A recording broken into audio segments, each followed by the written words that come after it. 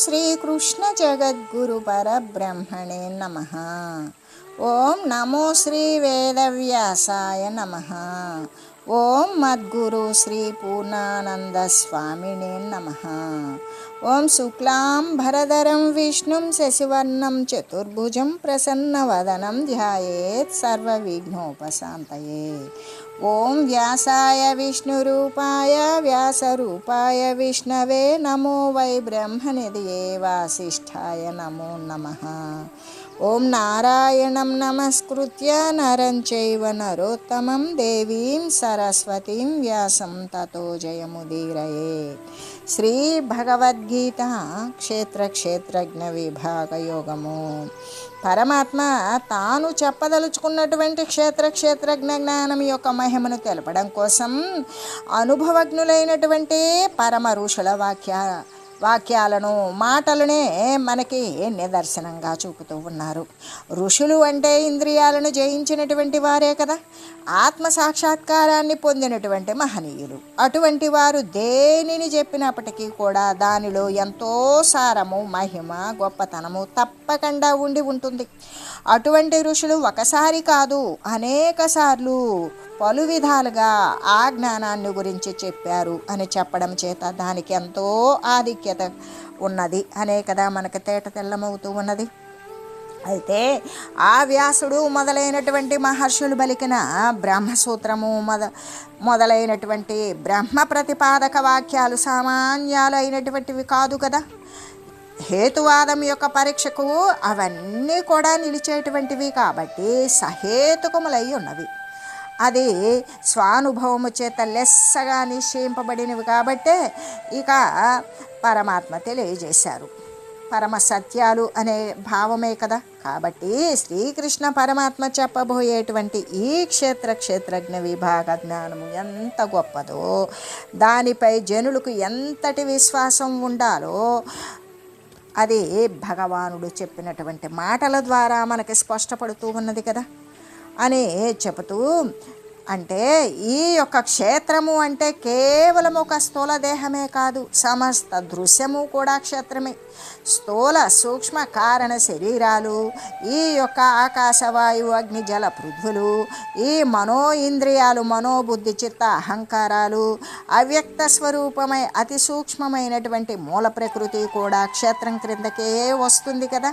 మనస్సు బుద్ధి కూడా క్షేత్రానికి చెందినటువంటివే కాబట్టి వాటి యొక్క వృత్తులైనటువంటి రాగము ద్వేషము మొదలైన వృత్తులు కానీ, ధృతి స్థితి మొదలైన సద్వృత్తులు కూడా క్షేత్రం క్రిందకే లెక్క వేయబడినవి. అంటే దృశ్యరహితమైన నిస్సంకల్పాత్మస్థితి యందు ఈ ధైర్యము మొదలైనటువంటి సద్వృత్తులు కూడా దాటిపోవలసి ఉంటుంది. అందుకే ఈ దృశ్యమంతా కూడా వికారాలకు లోనైనది అని, దృక్స్వరూపుడైన క్షేత్రజ్ఞుడు ఒక్కడే ఏ మార్పులకు లోను కానీ నిర్వికారుడు అనేటువంటి అర్థమే కదా. ఈ క్షేత్రమునందు ఏ విధంగా అంటే సుఖం అనేది కూడా చేర్చబడి ఉండడం చేత అటువంటి దృశ్యమాన సంబంధమైన సౌఖ్యం కోసం ఎటువంటి అర్రులు చాచకుండా ఏ వికారము మార్పు లేని ఆత్మసుఖం కోసమే ప్రయత్నించాలి అని చెబుతూ, క్షేత్రము దృశ్యము అంటే సామాన్యంగా కూడా మనం దేహము అనే కదా తలంచాలి. ఈ కనిపించేటువంటి ప్రపంచము అని మాత్రం జనులు తలుస్తూ ఉంటారు. దృశ్యం అంటే బయట కనపడేదని, క్షేత్రము అంటే బయట కనపడేది అని సామాన్యంగా కూడా ఈ యొక్క దేహమే దృశ్యం కానీ క్షేత్రం కానీ ఈ కనిపించేటువంటి ప్రపంచము అని మాత్రమే తలంచకూడదు. కానీ వాస్తవానికి సూక్ష్మ పంచమహాభూతాలు ఉన్నవి కదా. ఏంటవి సూక్ష్మ పంచభూతాలు అంటే? శబ్దము, స్పర్శము, రూపము, రసము, గంధము. ఇవి మనసు బుద్ధి మూల ప్రకృతి యొక్క దృశ్యమే క్షేత్రము అని కదా ఇక్కడ స్పష్టంగా చెప్పబడింది. కాబట్టి విఘ్నుడైనటువంటి వాడు తాను దృక్ వస్తువుకు ఆత్మయే అని, ఆ క్షేత్రజ్ఞుడైనటువంటి ఆత్మ వస్తువు తానే అని తలంచి ఈ దేహము మొదలైనటువంటి దృశ్య సంబంధమైన క్షేత్రాన్ని, మనసుని, బుద్ధిని, కామక్రోధ లోభ మోహ మదమశ్చరాలు మొదలైన బుద్ధి వృత్తులను కూడా తనకంటే వేరుగా చూడాలి. అలా చూస్తూ వాటితో ఏమాత్రము కూడా మమేకము కాకుండా తాదాత్మ్యాన్ని పొందకుండా క్రమంగా కూడా వాటిని జయించాలి. అలా జయించి ఆత్మస్వరూపమునందు నిలుకడను స్థిరత్వాన్ని సంపాదించాలి. భగవానుడు చేసినటువంటి క్షేత్రం యొక్క ఈ వివరణ ఆత్మ అనాత్మ విచారణాపరునకు మిక్కిలిగా ఉపకరిస్తుంది. ఆత్మానాత్మ విచారణ అన్నప్పుడు ఆత్మే సత్యము, అనాత్మ అసత్యము. నిత్యమైనది, సత్యమైనది, శాశ్వతమైనది ఆత్మతత్వము. ఇవి ఈ అనాత్మతత్వము అంటే దృశ్య సంబంధమైన, ప్రకృతి సంబంధమైన, దేహ సంబంధమైన, లోక సంబంధమైన దృశ్యజాత పదార్థం ఇదంతా కూడా అస్థిరమైనది, రాకపోకలు కలిగినది, పుట్టుక చావులతో కూడినటువంటిది, అనేక మార్పులకు లోబడేటువంటిది. ఈ విధమైన ఎప్పుడైతే ఈ అనాత్మతత్వాన్ని గురించి వివరించాలి అంటే ఆత్మతత్వం యొక్క ప్రాశస్త్యాన్ని, శాశ్వతత్వాన్ని తెలుసుకున్నప్పుడు అప్పటిదాకా ఇంద్రియ సంఘాతమైన దేహాన్ని సత్యమని భావించినటువంటి వానికి దాని యొక్క అసత్యత్వము, నిన్న చూసిన వస్తువు లేకుండా పోతుంది, క్రొత్తది ఉత్పన్నమవుతుంది. నిన్న చూసిన మన శారీరకమైనటువంటి 10 ఏళ్ల క్రితం చూసినటువంటి మన శారీరకమైనటువంటి నిగారింపులు నాశనమైపోయి ముడతలు అనేటువంటి శక్తిహీనత, వ్యాధులు అంకురించడం అనేటువంటిది మనకు అనేక మార్పులు కనపడుతూ ఉన్నవి. ఇవన్నీ సత్యమే కదా, ఇవన్నీ మార్పులకు లోబడుతూ ఉన్నవి కదా. మన పెద్దలు నిన్న మొన్నటి దాకా మనతో ఉండి వాళ్ళు కాలగర్భంలో కలిసిపోయారు. కొంతమంది గర్భస్థ శిశువులే పోతూ ఉన్నారు, కొందరు ప్రమాదాల వల్ల పోతూ ఉన్నారు. అలాగే మానవ దేహాలే కాదు, ఈ యొక్క జంతుజాలాదులు, పశువులు కూడా వస్తూ పోతూ ఉండేటువంటి ఈ యొక్క రాకపోకలు కలిగినటువంటిది. కాబట్టి ఇదంతా అస్థిరమే. దృశ్య సంబంధమైన దృశ్యము అంటే దేహము కూడా కలుపుకొని, అంటే ఈ యొక్క రాకపోకలు కలిగినటువంటి ఈ సంబంధితమైనటువంటి రూపనామ క్రియలకు లోబడినటువంటి ప్రకృతి జనితమైన ప్రతి పదార్థము కూడా అస్థిరమే అన్నప్పుడు మరి స్థిరమైనది ఏమిటి? రానిది, పోనిది, పుట్టనిది, గిట్టనిది, స్వయం సమృద్ధితోటి స్వయం జ్యోతి స్వరూపమైన నిత్య నిరతిశయానంద రూపమైనటువంటి పరతత్వమే శాశ్వతమైనది అనే తెలిసినప్పుడు, దాని పట్ల ఆసక్తి కలిగినప్పుడు అశాశ్వతమైన శారీరక సంబంధమైన స్థితులు, రాకపోకలు కలిగిన ఉపాధులు పట్ల కూడా విరక్తి కలిగి ఉండడం అనేటువంటిది ఈ ఆత్మసత్యము, అనాత్మ అనేటువంటిది అసత్యము అనే విచారణ చేసేటువంటి వానికి పరమాత్మ తెలియజేసినటువంటి ఈ క్షేత్రం యొక్క వివరణము అనేది మిక్కిలిగా ఉపకరిస్తుంది.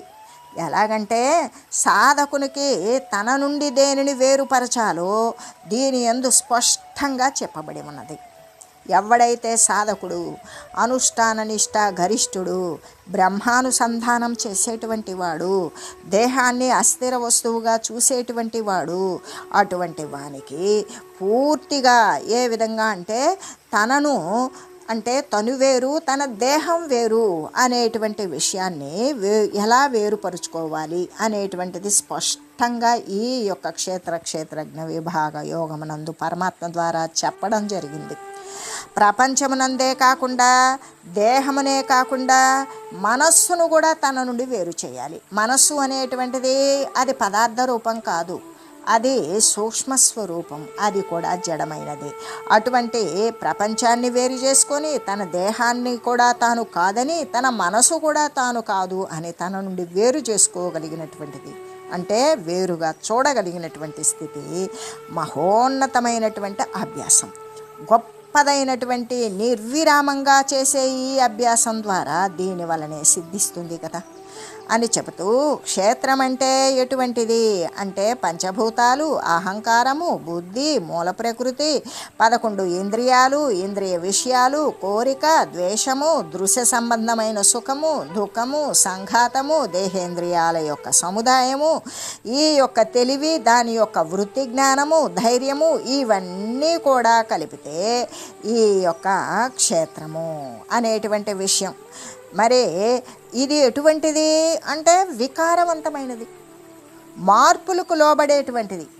మరి జ్ఞానము, అంటే జ్ఞానాన్ని గురించి తెలియజేస్తూ మనకి ఏ విధంగా చెప్తూ ఉన్నారంటే, అమానిత్వం అదంభిత్వం అహింసా క్షాంతిరార్జవం ఆచార్యోపాసనం శౌచం స్థైర్యమాత్మ వినిగ్రహ ఇంద్రియార్థేషు వైరాగ్య మనహంకార ఏవ చ జన్మ మృత్యు జరా వ్యాధి దుఃఖ దోషానుదర్శనం ఆసక్తిరనభిష్వంగ పుత్రదార గృహాదిషు నిత్యం చ సమచిత్తత్వమిష్టానిష్టోపపత్తిషు మయి చానన్యయోగేన భక్తిరవ్యభిచారిణి వివిక్త దేశ సేవిత్వా మరతిర్జన సంసది ఆధ్యాత్మజ్ఞాన నిత్యత్వం తత్వజ్ఞానార్థ దర్శనం ఏతత్ జ్ఞానమితి ప్రోక్తమజ్ఞానం యదతోన్యథ. అంటే ఏ విధంగా ఉండాలి? అమానిత్వం అదంభిత్వ అంటే తనను తాను పొగుడుకోకుండా ఉండాలి. తనను తాను పొగుడుకోవడం అంటే డంబము కలిగినటువంటి వాడే కదా. తన యొక్క మనసు చేత, వాక్కు చేత, మరి కాయము చేత కూడా త్రికరణ శుద్ధిగా తనను తాను పొగుడుకోకుండా అంటే దానిని ఏమంటారు అంటే స్వకీయమైన స్తుతి, పరనింద అనేటువంటిది మహాపాపము అనే కదా చెప్పడం. అలాగే డంబము లేకుండా పరప్రాణులను, ఇంకా తనకంటే కూడా బలహీనమైనటువంటి ప్రాణులను ఏమాత్రము కూడా బాధింపకుండా ఉండాలి. తనకు కలిగేటువంటి శీతోష్ణాదాలు, ఈ ప్రకృతి సంబంధమైనటువంటి దేహానికి కలిగేటువంటి కష్ట నిష్ఠురాలు కూడా దాని యందు ఓర్పు కలిగి ఉండాలి. ఇంకా కూడా మానసికమైన శారీరకపరమైనటువంటి రుజుత్వము అంటే శుద్ధి కలిగి ఉండాలి. ఇంకా సన్మార్గమునందు, మంచి మార్గమునందు, శాశ్వత మోక్ష మార్గమునందు, దైవ పదమునందు స్థిరంగా నిలబడి ఉండాలి.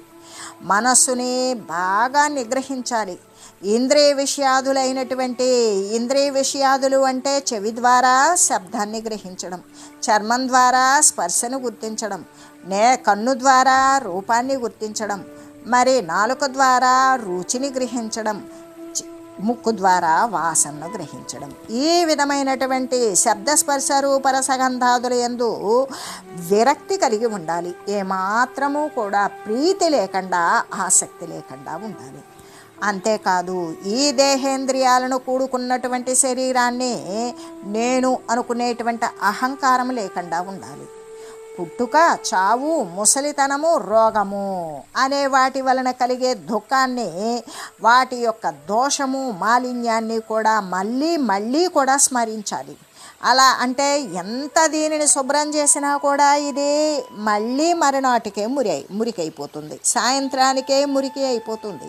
అంతేకాదు ఇక ఎంత చక్కగా కాపాడినా చర్మం ముడతలబడిపోతుంది. ఎన్ని రుచికరమైన పదార్థాలు సేవించినా అంత రోగం అనేది వస్తుంది. పుట్టిందా మార్పులకు లోనవుతూ ఒకనాటికి శరీరం వదిలిపెట్టిపోతుంది. ఈ విధమైనటువంటి విషయాలను గురించి ఆ శరీరము ఉత్పన్నమైనటువంటి ప్రతి ఉపాధికి ఉన్నటువంటి దోషాలను మళ్ళీ కూడా స్మరించాలి, మరిచిపోకూడదు. అంతేకాదు కొడుకులు అంటే సంతానాన్ని, కొడుకులు కానీ కూతుళ్ళు కానీ సంతానము, భార్య, ఇల్లు లేదా భర్త మొదలైనటువంటి వాటి యందు ఆసక్తి లేకుండా ఉండాలి.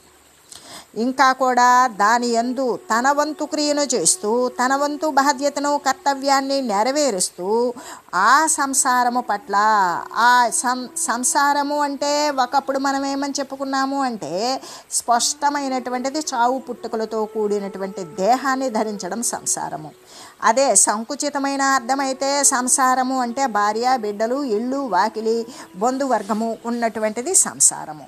అయితే ఇప్పుడు మనం చెప్పుకునేటువంటి సంసారము అంటే ఏంటి అంటే కొడుకులు అంటే సంతానం, భార్య మొదలైనటువంటి ఈ యొక్క ఇళ్ళు, వాకిలి, భార్య, పిల్లలు వీటి పట్ల కర్తవ్యాన్ని, బాధ్యతను నిర్వహించాలి. కానీ తాదాప్యం లేకుండా ఉండాలి.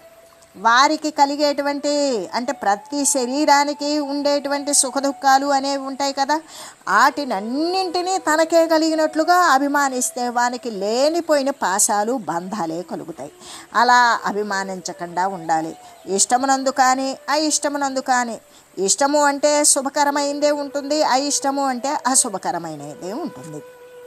అలాగా శుభము కానీ అశుభము కానీ సంప్రాప్తించినప్పుడు ఎప్పుడైనా సరే సమబుద్ధిని కలిగి ఉండాలి. అంటే భగవంతుని యందు పరమాత్మ తెలియజేస్తూ ఉన్నారు. పరమాత్మ యందు భగవంతుని యందు నిశ్చలమైన వేరే ధ్యాస లేనటువంటి భక్తి, అనన్యమైనటువంటి భక్తి కలిగి ఉండాలి. అంతేకాదు ప్రతిబంధం లేని చోటును వెతుక్కోవాలి. ఏంటది అంటే ఒంటరిగా ఉండేటువంటి ఏకాంత ప్రదేశాన్ని ఆశ్రయించుకోవాలి. జనసమూహమునందు చుట్టూ ఉన్నటువంటి వింతలు, రకరకాల వ్యర్థమైనటువంటి పదార్థాల పట్ల ఈ యొక్క జనమునందు ప్రీతి లేకుండా ఉండాలి. ఎల్లప్పుడూ కూడా ఆధ్యాత్మ జ్ఞానము అనేది అంటే తన యొక్క స్వాత్మనిష్ట, ఆ ఆత్మతత్వము యొక్క నిష్టను నిరంతరం కలిగి ఉండాలి. నిష్టతో కూడినటువంటి ఆ యొక్క ఆధ్యాత్మ జ్ఞానము ఎల్లవేళలా కలిగి ఉండాలి. తత్వజ్ఞానం యొక్క గొప్ప ప్రయోజనాన్ని తెలుసుకోవాలి. తత్వము అంటే శాశ్వతమైనటువంటి వస్తువు. ఆ శాశ్వత వస్తువుని పొందాలి. శాశ్వత వస్తువు అంటే సార వస్తువైన పరమాత్మ రూపమే కదా. ఆ పరమాత్మ వస్తువు దానిని పొందాలి అంటే ఆ తత్వజ్ఞానం యొక్క గొప్ప ప్రయోజనాన్ని గురించి తెలుసుకోవాలి. తత్వజ్ఞానం వల్ల పొందేటువంటి ప్రయోజనము పరమాత్మ యందు ఏకీకృతమే. ఇదంతా కూడా జ్ఞానము అనే కదా చెప్పబడుతుంది. దీనికి వ్యతిరేకమైనది మొత్తం కూడా అజ్ఞానము అనే మనం తెలియాలి. అయితే ఇక్కడ మనకి ఈ క్షేత్రజ్ఞ విభాగ యోగమనందు జ్ఞానము జ్ఞేయము అని రెండు చెప్పబడుతూ ఉన్నవి. జ్ఞానము సాధన కదా, జ్ఞేయము సాధ్య వస్తువు. ఏది సాధించుకోవాలో దానిని గురించి మనం అనుసరించేటువంటి మార్గం ఏదైతే ఉంటుందో అది సాధన.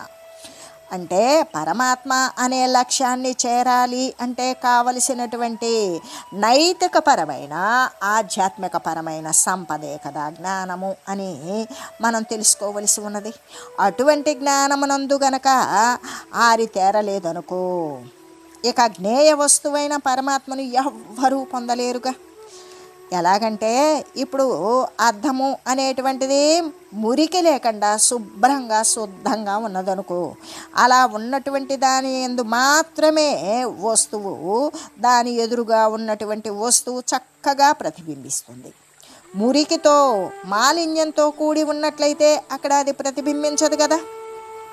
అలాగే గొప్ప గొప్ప పెక్కు సుగుణాల చేత విరాజిల్లుతూ చిత్తము ఎప్పుడు కూడా అత్యంత మాలిన్యరహితముగా నిర్మలంగా ఉండాలి. అలా నిర్మలంగా ఉంటుందో అప్పుడే కదా అధిష్టానమైనటువంటి ఆత్మ దాని యందు బాగా వ్యక్తం కాగలుగుతుంది. కాబట్టి సాధకుడైనటువంటి వాడు ముఖ్యంగా ఏం చేయాలి అంటే ఈ జ్ఞానవంతమైనటువంటి గుణాలను అభ్యాసం చేయడం యందే మొట్టమొదటగా తన యొక్క దృష్టిని కేంద్రీకరించాలి.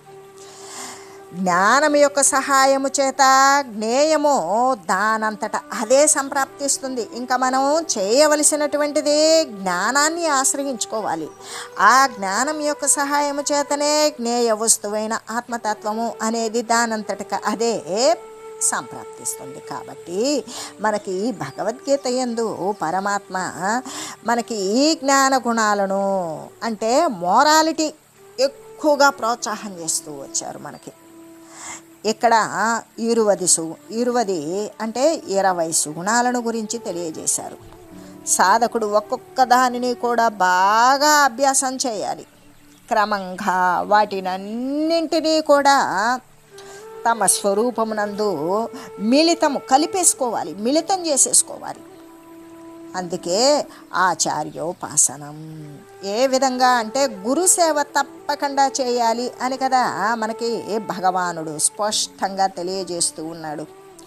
ఎందుకు అంటే మనకేదైనా సరే విషయాన్ని తెలియజేయాలి, అనుగ్రహించాలి అంటే మనకు కలిగినటువంటి సంశయాలను నివారించి ఆ సంశయరహితమైన శాశ్వతమైన పరమపదాన్ని గురించి తెలియజేసేటువంటి వాడు కేవలం పరమాత్మ స్వరూపమైన పరమ గురు స్వరూపమే. అందుకే గురువులను సజ్జనులు అంటే సత్తునందు స్థిరపడినటువంటి జనులే సజ్జనుడు. సత్తు అంటే సార వస్తువైన సర్వవ్యాపకమైనటువంటి పరమాత్మ స్వరూపమే. దాని యందు స్థిరపడినటువంటి వారే సజ్జనుడు. ఆ విధంగా గురుసేవ అనేటువంటిది 4 రకాలైనటువంటి గురుసేవను చేయాలి. 4 రకాల గురుసేవని కూడా చేసి, అంటే చతుర్విధ శుశ్రూష అనేటువంటిది స్థాన శుశ్రూష, అంగ శుశ్రూష, స్థాన శుశ్రూష, భావ శుశ్రూష, ఆత్మ శుశ్రూష అనేటువంటి 4 రకాలైనటువంటిది. అసలు ఎందుకు చేయాలి అంటే, వాడు మరొకసారి ఉపాధిని పొంది రాకుండా ఉండేటువంటిది రాని పోని సత్య నిత్య శాశ్వత వస్తుతత్వాన్ని పొందేటువంటి స్థితిని కలగజేసే దానికోసం వాడు గురువును ఆశ్రయించాలి. గురువును ఆశ్రయించమని ఏమి చెప్తూ ఉన్నాయి? సత్శాస్త్రాలు తెలియజేస్తూ ఉన్నవి. శాస్త్రాన్ని మనం అనుసరించినప్పుడు సర్వము శాస్త్రము అర్థమైనట్లుగా చెప్పి చిట్ట చివరకు గురువును ఆశ్రయించు అని చెప్తుంది. సద్గురువును ఆశ్రయించినప్పుడు ఒక మనిషి ఎలా నమ్ముతారు అంటే, ఆ గురువును మనిషిగా భావించినప్పుడు ఆయన ఏమీ బోధించలేడు.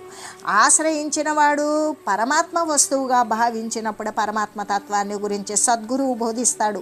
ఆ బోధించడానికి ముందు వాడు నేర్పవలసినటువంటి వినయాన్వితుడే తన యొక్క సమర్పణ భావము చేత తాను అనేక రకాలైనటువంటి విధి నిర్వహణలు, అంటే శుశ్రూషలు, సేవలు అనేటువంటిది చేస్తూ, ఇక శ్రోతం ఇచ్చామీతి శుశ్రూష, గురువు బోధించేటువంటి విషయాన్ని సుస్పష్టంగా శ్రద్ధతో, నమ్మకంతో, వినయంతో, భక్తితో విని దానిని కేవలము వినికిలి మాత్రమే కాకుండా దానిని శ్రవణము, మననము, నిధిధ్యాసనము, ఆ విన్నటువంటి దానిని మళ్ళీ కూడా తన యొక్క ఏకాంత ప్రదేశంలో మళ్ళీ మననము చేస్తూ స్మరిస్తూ, ఆ స్మరించినటువంటి దానిని తన సాధనా క్రమంలో మరి పరమగురుడు ఏమని బోధించాడు?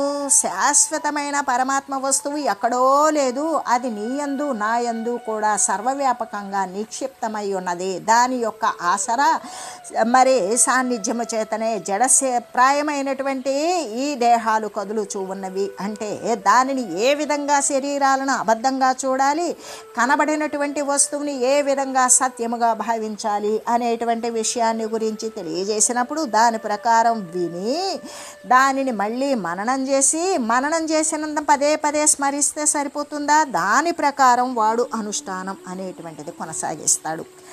ఆ విధంగా కొనసాగించి వాడు ప్రయోగాత్మకమైనటువంటి క్రియా సాధన ద్వారా వాడు సత్ఫలితమైనటువంటి దానిని వాని యొక్క అనుభవ సిద్ధిని పొందుతాడు. ఆ విధంగా అందుకే ఈ యొక్క సార వస్తువైన సత్య వస్తువును పొందాలి అంటే గురు సేవ అనేటువంటిది చేయాలి. గురువు అంటే బరువు అనేటువంటి గౌరవవాచకంగా వచ్చినటువంటిది. భార వస్తువు అంటే ఎంత భారము, ఎవరు మోసారు, దాని బరువేంటి అంటే అన్నింటికంటే కూడా పతాక స్థాయిలో సర్వవ్యాపకంగా ఏకరస మాత్రమే, రెండవది లేనిదే, సర్వే సర్వత్రా సత్తా సామాన్య స్థితిలో చిచ్చక్తి స్వరూపంలో సర్వము కూడా సర్వ ప్రాణికోట్ల యందు కూడా నిండి నిబిడీకృతమై ఉన్నటువంటి పరమాత్మ తత్వాన్ని మరి అది అతి సూక్ష్మము, అతి భారము. అటువంటి భారమైన వస్తువును ఆ భార స్థితిలో స్థిరమైనటువంటి స్థితి నందు ఉన్నటువంటి సద్గురువు మాత్రమే బోధించగలుగుతాడు. అందుకే గురు సేవను, గురు నమ్మకాన్ని పొంది గురువు యొక్క దయ ద్వారా, కరుణ ద్వారా వాడు ఇటువంటి బోధన పొందాలి, జ్ఞాన మార్గాన్ని అనుసరించాలి అని చెబుతూ, ఒకవేళ గనక అంటే సాక్షాత్తు భగవానుడు ఏమని చెప్తూ ఉన్నాడు అంటే, ఆధ్యాత్మ మార్గాన్ని అనుసరించేటువంటి వారు తప్పనిసరిగా గురుసేవ పొందాలి, గురుసేవ చేయాలి. ఆచార్యోపాసనం అని కదా చెప్పారు. ఆచార్యుని ఉపాసన చేయాలి. ఈ విధంగా గురుసేవ అనేది తప్పకుండా చేయాలి అని పరమాత్మ సుస్పష్టంగా తెలియజేశారు. ఎలాగంటే దైవానుగ్రహం, గురువనుగ్రహం అనేది రెండూ లేకపోతే మోక్ష మార్గంలో వెళ్ళడం అనేటువంటిది చాలా కష్టం. వారల యొక్క అంటే గురువు యొక్క అనుగ్రహమే దైవం యొక్క అనుగ్రహానికి లోను చేస్తుంది అని చెబుతూ, ఎలాగంటే ఆ దైవం యొక్క అనుగ్రహమే గురువును చూపిస్తుంది, గురువు యొక్క అనుగ్రహమే పరమాత్మ వస్తువైనటువంటి ఆ పరమపదాన్ని పొందేటువంటి దానికి మార్గోపదేశం అవుతుంది. కాబట్టి ఇక్కడ దైవానుగ్రహము, గురువు యొక్క అనుగ్రహము ఈ రెండు గనక లేవనుకో మోక్ష మార్గంలో పోవడం చాలా కష్టం. దైవం యొక్క అనుగ్రహం వలనే శాస్త్రాన్ని అనుసరిస్తాడు. శాస్త్రానుగ్రహం ద్వారానే శాస్త్రం బోధించినటువంటి విషయము గురువును అనుసరించమంటుంది. గురువుని వెతుక్కొని సద్గురువును ఆశ్రయించాలి. ఎట్లా పడితే అట్లా ఎవరు అయితే 4 మంచి మాటలు చెప్తారో, వారి ఉదర పోషణం బహుకృత వేషమని వారి యొక్క మరి జీవన స్థితిలో అదొక వ్యాపారంగా పెట్టుకున్నటువంటి వాళ్ళు మహిమలు, ప్రభావాలు, మహత్తులు, తాయెత్తులు ఇవన్నీ చేసేటువంటి వారు కాదు. శాశ్వత పరమాత్మ తత్వాన్ని గురించి బోధించేటువంటి వాడే గురుడు, వాడే సద్గురుడు, వాడే పరమగురుడు. అటువంటి పరమార్థ తత్వాన్ని బోధించేటువంటి పరమగురుణ్ణి అనుసరించి దాని ద్వారా ఇక అటువంటి పరమగురుని అనుసరించాలి అంటే వాని పట్ల దైవానుగ్రహం ఉంటుంది. గురువును అనుసరించేటువంటి వానికి తప్పనిసరిగా దైవం యొక్క అనుగ్రహం ఉంటుంది. దైవానుగ్రహం వలననే గురువు అనేటువంటి వాడు లభిస్తాడు. ఆ గురువు చెప్పినటువంటి దాని ద్వారానే, అంటే దైవం యొక్క అనుగ్రహం కానీ గురువు యొక్క అనుగ్రహం కానీ లేకపోతే మోహం ఇతి క్షయ, అనేక జన్మల నుండి పురోధి చేసుకున్నటువంటి కోరికలు అనేటువంటి అంటే దాహము వేస్తే ఏ విధంగా తీరకుండా ఉంటుందో అటువంటి మహాతృష్ణ ఏదైతే ఉంటుందో ఆ తృష్ణను నశింపజేసుకోవాలి అంటే మోహ ఇతి క్షయ, మోహము అనేటువంటిది నశించిపోయినప్పుడు మరొక ఉపాధి అనేది మళ్ళీ ఉత్పన్నం కాదు. అటువంటి మోక్ష మార్గాన్ని పొందడం అనేటువంటిది కష్టం. దైవం యొక్క అనుగ్రహం కానీ గురువు యొక్క అనుగ్రహం కానీ లేకపోతే వారల యొక్క అనుగ్రహము సాధకునికి, దైవానుగ్రహం ద్వారా గురువు యొక్క అనుగ్రహం ద్వారా ఆ సాధకుడు ఎవడైతే నమ్మి విశ్వాసంతో గురుసేవ చేస్తూ శ్రవణ మనన నిధిధ్యాసనము అనేటువంటిది సల్పుతూ ఉంటాడో అటువంటి యొక్క సాధకునికి ఈ దైవానుగ్రహం గురువు యొక్క అనుగ్రహం అనేటువంటిది ఆ సాధకునికి అభివృద్ధికి గొప్ప సహాయకారిగా ఉంటాయి అని చెబుతూ ఓం మంగళం పావన గీతా మాతా జయ మంగళం భక్త జనావని బంధ విమోచనే భవభయహారిణి భవ్యదాయిని మంగళం. ఓం మంగళం శ్రీ కురుక్షేత్ర రణక్షోణీ విహారిణే పార్థసారథి రూపాయ గీతాచార్యాయ మంగళం. ఓం మంగళం మహత్తు.